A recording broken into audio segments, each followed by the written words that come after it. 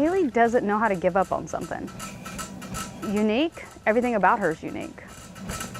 She changed me in a lot of ways. For every step that Kayleigh Williamson takes, she touches far more than her treadmill.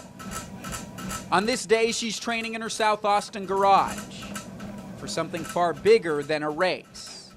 Kayleigh is an endurance athlete. We have done 14 half marathons. We want to do one in every state. Who was written off from the beginning. The moment she was born, I was told everything she couldn't do. There you go. Her mom, Sandy, That's what I'm talking about. takes us back to that day 31 years ago. I was a junior in college. I worked as a waitress the weekend before she was born.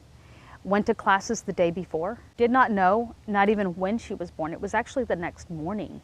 They came in and said, well, we think there's a slight problem. The doctor said, we think she's slightly Down syndrome. The obstacles and adversity for this family of two were just beginning. We lived on welfare and donation until I graduated the next year. Her dad saw her once when she was born, never again, and that's his choice. In second grade, when the little girl walked up and the teacher stopped me and said, you know, little girl spat in your daughter's face, not because your daughter did anything, but because she was different. A few years later came the health problems. In 2008, Kayleigh was diagnosed with ITP, low blood platelets, and we didn't know why. Then she was diagnosed with hypothyroidism and then hyper. She was 215 pounds.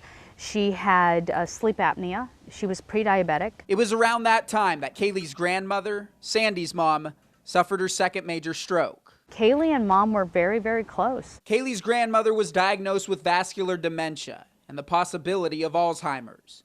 Doctors recommended a lifestyle change to prolong her time. And I remember coming home and looking in the mirror and thinking, you're a hypocrite. Look at the lifestyle you have your daughter in. I know the rate of Alzheimer's in individuals with Down syndrome. And there are some health crises that we're not going to have a choice and we're going to have to fight. But there's others that I don't have to open the door and invite it in. Don't you snooze, you lose. I'm beating you. So Sandy and Kayleigh began to take small steps.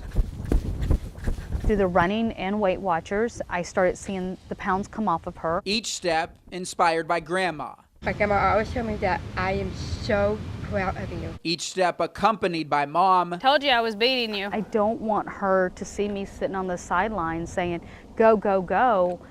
I want her to see me actively with her. And each step monitored by her trainer at Run Lab Austin. We just have to not take too many steps ahead of what she's been doing in the past. Eventually, the steps turned into strolls. Through the running, the Graves' disease went into remission. And then to struts. She doesn't have sleep apnea anymore. And then to sprints. Come on, Kayleigh, go! Go! Go! Yes, flick the hair! I just want to tell you that you changed my life. In 2017, Kayleigh became the first person with Down syndrome to finish the Ascension Seton Austin Half Marathon.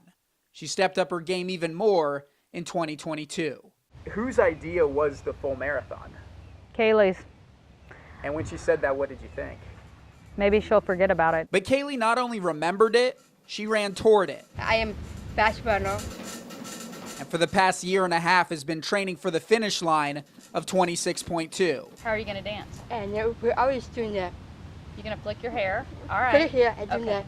Look at your dance. You're going to do a victory dance? Sandy says that the journey will not be easy, and the 7 hours allotted for the race might not be enough. If we don't meet the cutoff time, I'm okay with that. We know what it is to be last in line, and we know what it is to have the finish line shut down and picked up, but that's okay. It's her dream. Good job. I will still have a jacket that I've made for her that says marathon finisher on the back, and that's all she needs. To help her get there, Sandy called upon two special guests. I wanted to be there for her first full marathon. Her former trainer, Shane, who now lives in Colorado. She thinks he's going to FaceTime her, not come to the race. This moment, the first time they've seen each other in 3 years. Hi, Kayleigh. How are you? I surprise you? I'm running this tomorrow with you. Later that day, Katie Field arrived in Austin. I'm just a big fangirl who happens to be able to run a marathon. And who happens to have a very personal connection to Kayleigh's story. When she was the first woman with Down syndrome to finish the Austin Half Marathon in 2017. As a runner myself and a parent of someone with Down syndrome, all of my circle sent me the story. This is Caroline. She is 9. Hi, how are you, Caroline? Good. Somewhere along the way, we connected through social media and have stayed in touch ever since. But this is the first time they're meeting in person. Katie and Caroline. I can do anything. I'm strong. That's right. You can do anything. So strong. Right. Driving in from Atlanta the day before the race. We have stories to tell. I want both of my daughters to meet Kayleigh and to meet Sandy and continue to learn about all they're doing for the community. 5 a.m. on race day. That community now giving back to Kayleigh as she approaches the start line. With Shane here, with William here, with Katie here, she's got plenty of people. The goal is to make her mad at me, and she runs that way. That's what we do. Have fun. We want you to be safe. We'll see you guys and gals at the finish line. The finish line, the only thing I can think of is her hair flicking in the wind and her dancing. 7. But our philosophy, walk it, crawl it, whatever you got to do, you just get to the finish line. 3, 2, 1. Ready? We'll help you with your shoes. Okay, we go. They say a marathon is hundreds of miles. The last 26.2 are just the finish. For Kayleigh Williamson, a chance to inspire. Oh, it's steady. Because for every step that Kayleigh takes, she touches others. That's kind of become our platform. It's important messages for other individuals with Down syndrome to see that they can do hard things. For every step represents defying expectations, There we go, Kayleigh. exceeding limitations. Mile 6. I think it's also really important for the general public to hear these things, to do a better job of embracing differently abled people and to see their potential. I know what it feels like to take what others think we can and cannot do to become the myths we believe about ourselves. For every step, Kayleigh's inspired by what she's lost. My grandma always told me that you're my sunshine. For every step, she's grateful for what she's gained. She gets really emotional when she knows that she's reaching other people. Kayleigh's about a half a mile away from finishing the marathon. See you later. She has a slew of support with her. She will be the first woman with Down syndrome to ever cross the finish line of the Austin Marathon. My child has a legacy. There are people that have come from out of state to run with Kayleigh today. Every child has a legacy, but whether they get to live it or not. But nobody did the running for her. She did it all herself. That's what I see with Kayleigh, and that's what I see with this. 22 Ascension Seton Austin Marathon.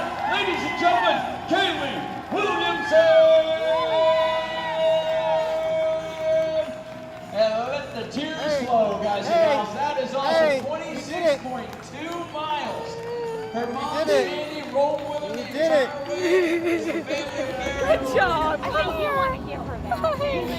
All right, eyes on me, Kayleigh. Smile, girl. Can you blow me a kiss? In Austin, I'm Jake Garcia. I'm so proud of you. You're a marathoner. You're a marathoner. Let me see the back of that jacket.